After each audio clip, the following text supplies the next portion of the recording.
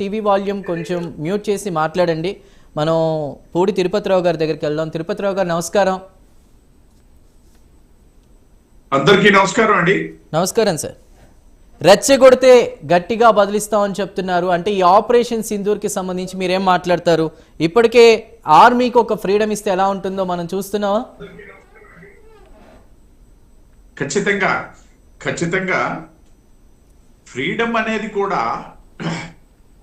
దుర్వినియోగపరిచే freedom కాదు, సద్వినియోగపరిచే freedom. అదేవిధంగా మోడీ గారు ఒక 2 వారాలు సమయం తీసుకొని నా ముందు మాట్లాడినటువంటి సందర్భంలో కూడా వారు చెప్పారు, ఏదైతే ఆంధ్రప్రదేశ్ రాష్ట్ర పర్యటనకు వచ్చినప్పుడు కూడా మోడీ గారి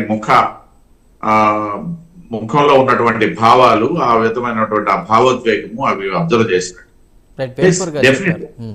అయితే ఈ 2 వారాలు సమయం తీసుకున్నది ఏంటనేసి అంటే, ఏదైతే రాత్రి ఛేదించినటువంటి లేకపోతే సాధించినటువంటి టార్గెట్స్ ఛేదించడానికి అవసరమైనటువంటి సాధన సంపత్తిని సమకూర్చుకోవడానికి కాదు. ఇది అప్పటికే మన దగ్గర ఉంది, ఎప్పటి నుండో ఉన్నటువంటిదే.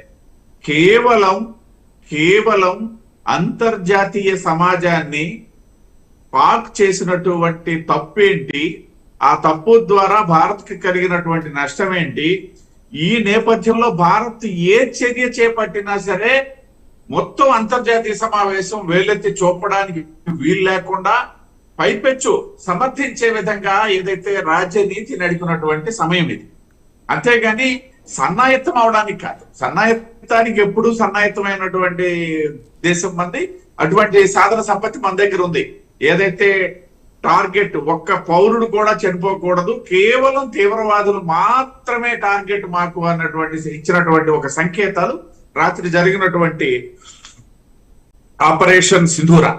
ఈ ఆపరేషన్ సింధూర ఏదైతే హిందూ మహిళల పాపిట సింధూరాన్ని చెరిపేసినటువంటి ముష్కరులకు సంబంధించి భారతదేశం చేపట్టినటువంటి ఆపరేషన్ సింధూర 15 రోజుల్లోనే వారిని తుదిమిట్టించినటువంటి ఒక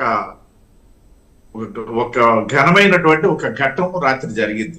ఇది ప్రారంభం మాత్రమే, ఆరంభం మాత్రమే.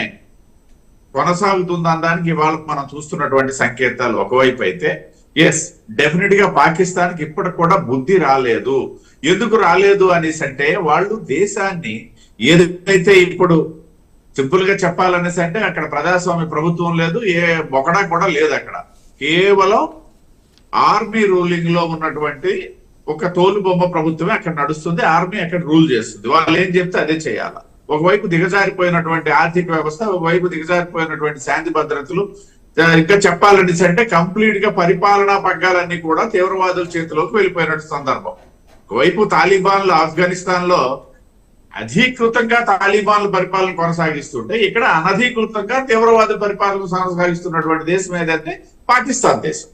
సో వీటన్నిటినీ కప్పిపుచ్చుకోవడానికి ఇవాళ మనం చేస్తున్నటువంటి ఒక ధర్మ యుద్ధం మనం చేస్తుంటే, తీవ్రవాదులే టార్గెట్ మాకు, కనీసం సైనికుల కూడా మాకు టార్గెట్ కాదు, సాధారణ పౌరులు అంతకంటే కాదని మనం వెళ్తుంటే, జరిగినటువంటి కొద్ది గంటల్లోనే మనకు సంబంధించి, మన దేశానికి సంబంధించి సరిహద్దుల్లో ఉన్నటువంటి సాధారణ శాంతి కాముకులైనటువంటి పౌరుల్ని పట్టణ పెట్టుకుంటే, అంటే దీని అర్థం ఏంటి? వాళ్ళు రెచ్చగొట్టి ఆ దేశంలో ఉన్నటువంటి ప్రజల దృష్టి మళ్లించడానికి ఆ దేశం ఏమైపోయినా పర్వాలేదు అన్నటువంటి స్థితికి దిగజారినటువంటి పాలకులు వాళ్ళు. మనకు ఆ పరిస్థితి లేదు. ఇవాళ ప్రపంచ మొత్తాన్ని మనం ఏకీకృతం చేయగలిగాము కేవలం ఈ 2 వారాలే కాదు, గత కొన్నాళ్లుగా పాకిస్తాన్ తాలూకా శైలిని అంతర్జాతీయ సంస్థల్లో ఎండగట్టినటువంటి తీరైతేనేమి, నాట్ ఓన్లీ ప్రధానమంత్రి మోడీ గారు అని చెప్పడానికి లేదు, ఎవరైతే సంబంధిత దౌత్యవేత్తల దగ్గర నుండి అన్ని సందర్భాలని మనం ఉపయోగించుకొని దేశం ప్రపంచం మొత్తం మీద ఒక పాకిస్తాన్ని ఏకాకిని చేయగలిగినటువంటి పరిస్థితులు ఇవాళ మనం తీసుకొచ్చాం. ఈ నేపథ్యంలో జరిగినటువంటి దాడి ఇవాళ ఇది కొనసాగింపు అవుతుంది ఖచ్చితంగా. ఎందుకంటే మళ్ళీ ఇప్పటికి కూడా వాళ్ళు ఏదైతే ఈ కవింపు చర్యలనే మళ్ళీ చేస్తున్నారు, ఇప్పటికి కూడా వాళ్ళేమి ఆపట్లేదు. సో చూస్తూ ఊరుకునే పరిస్థితి ఉండదు. ఇక్కడ మనం మిలిటరీకి పూర్తి స్వేచ్ఛ ఇచ్చామనే కాదు, ఇవ్వకపోయినా సరే సరిహద్దుల్లో ఉన్నటువంటి సాయుధుడైనటువంటి కమాండో ఖచ్చితంగా అక్కడ ఎదురుగా వచ్చేటప్పుడు కాల్చి పారేస్తాడు, అది తప్పదు. రేపు జరిగేది అదే. కాకపోతే కొంత సంయమనం ప్రభుత్వం పాటిస్తుంది, మన ప్రజలు పాటిస్తున్నారు. శాంతి కాముకమైనటువంటి భారతదేశం అన్నటువంటి ఒక ముద్ర నుండి మనం బయటపడడానికి సిద్ధంగా లేదు కాబట్టి కొంత సంయమనం అవసరం అవుతుంది. సో ఈ నేపథ్యంలో జరుగుతున్నటువంటిది ఇక్కడ గమనించాల్సినటువంటి ఒక ముఖ్యమైనటువంటి అంశం, ఏదైతే భారత్ చేసినటువంటి ఈ సర్జికల్ స్ట్రైక్స్ అనొచ్చు, లేదంటే ఏదైతే మన ఆపరేషన్ సింధూర, ఆ పేరు కూడా మనకి సమయానికి సందర్భానికి తగినటువంటి పేరును మనం ఎంచుకోవడం జరిగింది. నుదుట సింధూరాన్ని వాళ్ళు తీసుకుపోతే ఇవాళ అదే పేరుతో అక్కడ మనం చేస్తున్నటువంటి న్యాయం ఏదైతే ఉందో. సో ఈ ఆపరేషన్ సింధూరకు సంబంధించి నిజంగా చెప్పాలి అనేసి అంటే దేశంలో ఉన్నటువంటి సాధారణ పౌరులు ఎవరు కూడా ఊహించనటువంటి స్థాయిలో ఇవాళ అంతర్జాతీయంగా మనకు వచ్చినటువంటి మద్దతు, మనల్ని వ్యతిరేకించి సన్నాయి నొక్కులు నొక్కేటటువంటి దేశాల్లో కూడా ఇవాళ నోరు విప్పడానికి అవకాశం లేనటువంటి పరిస్థితుల్లో మనం చేసినటువంటి ఇవాళ సర్జికల్ స్ట్రైక్స్. రైట్, మీరు అన్నట్టు ఏదో 1-2 దేశాలు తప్ప మిగతా వాళ్ళందరూ 90% మనకే మద్దతు తెలుపుతున్నారు జరిగినటువంటి చర్యపై. ఎస్ దానికోసమనే నేను ఇందాక మొదట చెప్పింది కారణం అదే.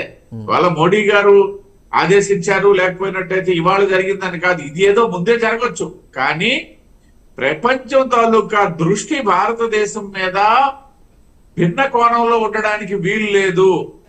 మనం చేసేది ఏదైనా సరే మన దేశ రక్షణ, మన దేశ తాలూకా పరిరక్షణ నేపథ్యంలోనే చేస్తాం తప్పిస్తే వేరే ఉద్దేశంతో చెయ్యమని చెప్పడానికి కూడా సమయం తీసుకోవడం జరిగింది. రైట్ తిరుపతి రావు గారు మాట్లాడదాం. అదేవిధంగా మనకి చెరువు రవిశంకర్ గారు ఉన్నారు. రవిశంకర్ గారు,